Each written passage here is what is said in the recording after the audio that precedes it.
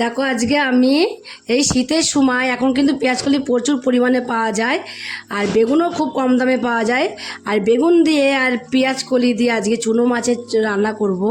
এই পেঁয়াজকলি দিয়ে আর বেগুন দিয়ে চুনো মাছটা আজকে আমি কিভাবে রান্না করব তোমরা প্রথম থেকে শেষ পর্যন্ত পুরো ভিডিওটাকে দেখতে থাকো। এখানে আমি কটা পেঁয়াজকলি নিয়ে নিয়েছি। আগে দেখো পেঁয়াজকলিগুলোকে আগে আমি কেটে নেবো, এইভাবে করে কেটে নেবো। বেশি বড় বড় করব না আর বেশি ছোট ছোটও করব না, ঠিক এই সাইজের করে আমি কেটে নেব। সব পেঁয়াজগুলোকে কেটে নিয়েছি। আর এখানে আমি একটুখানি দেখো বেগুন নিয়ে নিয়েছি। বেগুনটাকেও একটু দেবো, অল্প করেই দেবো। আমি এখানে অর্ধেক বেগুন নিয়েছি, অর্ধেক বেগুন দেবো না, অর্ধেক বেগুন দিলে বেশি ভালো লাগবে না। দেখো অর্ধেকের দেবো, তারও অর্ধেক আমি বেগুনের মধ্যে দেবো। সেইটাকে কী করবো, ছোটো ছোটো করে কেটে নেবো। বেগুনটাকেও কেটে আমি এক সাইডে রেখে দেবো। বেগুন আর বলে কেটে নিয়েছি, এগুলোকে তুলে ধুয়ে নেব।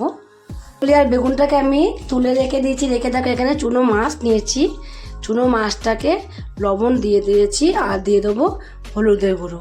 লবণ দিয়ে আর হলুদ দিয়ে মাছটাকে মাখিয়ে নেব। মাছটাকে মাখিয়ে নিয়ে লবণ হলুদ দিয়ে মাছটাকেও আমি এক সাইডে রেখে দেবো।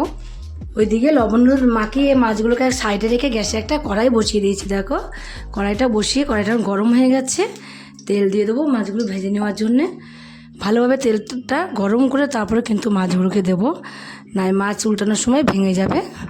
গরম হয়ে গেছে, তেলটাও ভালোভাবে গরম হয়ে গেছে। এবার আমি মাছগুলোকে দিয়ে দেবো। এক পিঠ হয়ে গেলে উল্টিয়ে আর এক পিঠ উল্টিয়ে দিয়েছি। উল্টিয়ে পাল্টিয়ে দেখো মাছগুলোকে কিন্তু কড়া কড়া করে লাল লাল করে মাছগুলোকে ভেজে নিয়েছি।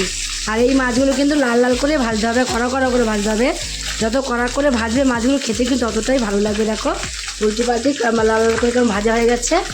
এবারে মাছগুলোকে আমি নামিয়ে দেবো। সব মাছগুলোকে আমি তুলে নিয়েছি। তুলে নিয়ে বাকি যে মাছগুলো আছে সেই মাছগুলোকে একই রকম করে ভেজে কমপ্লিট করে নেবো। এগুলোকে ভেজে আমি তুলে নিয়েছি। তুলে নিয়ে দেখো তেলটা অনেকটা আছে, আর একটু তেল এর মধ্যে আমি দিয়ে দেবো। এবার এর মধ্যে আমি কটা কালো জিরে ফোড়নে দিয়ে দেবো। আর দিয়ে দেবো কটা আমি এর মধ্যে কাঁচা লঙ্কা দিয়ে আর পরে দিয়ে দেবো পেঁয়াজকলিগুলো আর বেগুনটা একসাথেই দিয়ে দেবো। বেগুন আর পেঁয়াজকলিগুলো আমি একসাথে দিয়ে দিয়েছি। দিয়ে একটু নাড়াচাড়া দিয়ে নেবো। নাড়াচাড়া দিয়ে নিয়ে অল্প করে একটুখানি অল্প একটু লবণ ছড়িয়ে দেবো। লবণ ছড়িয়ে দিয়ে তারপরে ঢাকা দিয়ে রেখে দেবো কিছুটা সময়। এই সময় গ্যাসের ফ্লেমটাকে একটু কমিয়ে দেবো। ঢাকা দিয়ে রেখে দিয়ে কিছুক্ষণ পরে ঢাকনাটা নামিয়ে দেবো। নামিয়ে দিয়ে আবারও একটু নাড়াচাড়া দিয়ে দেবো। নাড়াচাড়া দিয়ে আবারও একটু কিছু সময় ঢাকা দিয়ে রেখে দেবো। তাহলে দেখবে খুব সুন্দরভাবে এগুলো মজে যাবে। সবজিগুলো পেঁয়াজকলিটাও মজে যাবে, বেগুনটাও মজে যাবে খুব সুন্দরভাবে।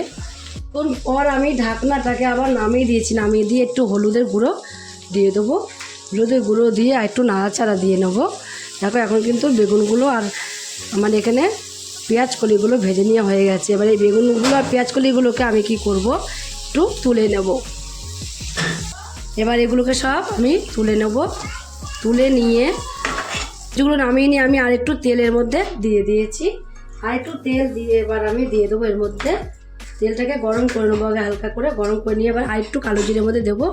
কালো জিরে দেওয়ার পরে এখানে আমি একটা পেঁয়াজ কুচি রেখে দিয়েছি। পেঁয়াজ কুচিটাকে দিয়ে দেবো। পেঁয়াজ কুচিটাকেও কিন্তু আমি একটু ভেজে নেব।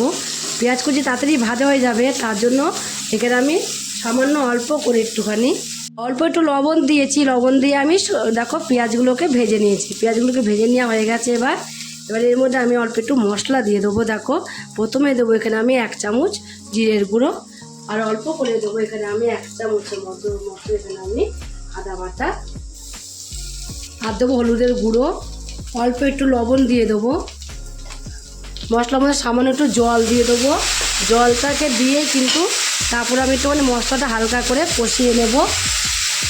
আদা জিরে বাটা কিন্তু বেশি কষাতে হয় না, যেরকম রসুন পেঁয়াজ কষাতে হয় সেরকম অতটা কষাতে হয় না। হালকা করে একটু কষালে কিন্তু কষানো হয়ে যায়। এবার আমার কষানো হয়ে গেছে। এবার এর মধ্যে যে সবজিগুলোকে আমি এখানে ভেজে রেখে দিয়েছিলাম সেই সবজিগুলোকে আমি দিয়ে দেবো। সব সবজিগুলোকে দিয়ে দেবো। দিয়ে সবজিগুলোকে দিয়েও কিন্তু আমি আর একটুখানি কষিয়ে নেব মশলার সাথে ভালোভাবে। সব সবজিগুলোকে দিয়ে দিয়েছি। দিয়ে এগুলো এবার একটু কষিয়ে নেব। সবজির সাথে আর মশলার সাথে একটু কষিয়ে নিতে হবে কিছু সময়। মশলার সাথে সবজির সাথে কষিয়ে নেওয়া হয়ে গেলে দেখবে তেলটা বেরিয়ে আসবে। তেল বেরিয়ে আসলে ভাবে যে মশলাটা কষানো হয়ে গেছে। তো দেখো প্যাঁচালের মধ্যে তেলটা লেগে আসছে, কতটা তেল বেরিয়ে আসছে চারিদিক দিয়ে, আর শুকনো শুকনো হয়ে গেছে। এবার এর মধ্যে আমি দিয়ে দেবো, কষানো হয়ে গেছে দেখো। এবার আমি পরিমাণ মতো জল দেবো, বেশি জল কিন্তু দেবো না। কেন বলো তো, বেশি কিন্তু ফুটাবো না, সব সবজিগুলো আমার সিদ্ধ হয়েই গেছে, পেঁয়াজকলি আর বেগুন, তার জন্য আর বেশি জল দেবো না, বেশিক্ষণ ফুটাবো না বলে অল্প করেই জল দেবো। জল দিয়ে একটুখানি ফুটিয়ে নেব। ঝোলটা দেখো ফুটে গেছে। এবার আমি মাছগুলোকে দিয়ে দেবো। ঝোল যেই ফুটে যাবে সে মাছগুলোকে এইভাবে দিয়ে দিয়েছি, দিয়ে একটু চারিপাশে মাছগুলোকে এইভাবে ছড়িয়ে দেবো। ছড়িয়ে দিয়ে এখনও আবারও আমি কিন্তু গ্যাসটাকে কমিয়ে রেখে দেবো, তাহলে মাছগুলোর ভেতরে ভালো মতো সিদ্ধ হয়ে যাবে, জলটাও ঢুকে যাবে। ঢাকা দিয়ে রেখে দিয়েছিলাম, দেখো এখন কেমন গামাকা হয়ে গেছে একদম। এই গামাকা গ্রেভিটাই কিন্তু আমি নামাবো। এর থেকে আর বেশি যদি শুকিয়ে যায় ঝোলটা তাহলে কিন্তু ভালো লাগবে না। এইভাবে তোমরা একদিন মাছ চচ্চড়ি করে খেয়ে দেখবে কেমন লাগে। একদম পুরো কমপ্লিট হয়ে গেছে। এবার আমি এর উপর দিয়ে ধনেপাতা ছড়িয়ে দেবো। কমপ্লিট হয়ে গেছে, এবার আমি নামিয়ে দেবো। এইভাবে একদম তোমরা গরম গরম এইভাবে একদিন বাড়িতে তৈরি করে খেয়ে দেখো রেসিপিটা। যদি এই রেসিপিটা তোমাদের কাছে ভালো লাগে আর তোমরা যদি ফেসবুক থেকে দেখো, ফেসবুকের পেজটি ফলো করে দেবে। যদি ইউটিউব থেকে দেখো, ইউটিউবের চ্যানেলটি সাবস্ক্রাইব করে দেবে। পাশে থাকা বেল আইকনটিটা প্রেস করতে ভুলবে না, তাহলে নতুন নতুন রেসিপিগুলো তোমাদের কাছে তাড়াতাড়ি পৌঁছে যাবে। আমার চ্যানেলে কোনো বন্ধু হয়ে থাকো, সাবস্ক্রাইব করে নি, প্লিজ সাবস্ক্রাইবটা করে দেবে। সবার আগে তোমাদের কাছে নোটিফিকেশন ঢুকে যাবে। ছোট্ট করে লাইক করো, কমেন্ট করো, অনেক শেয়ার করো। নমস্কার বন্ধুরা, দেখা হবে আবার পরের রেসিপিতে।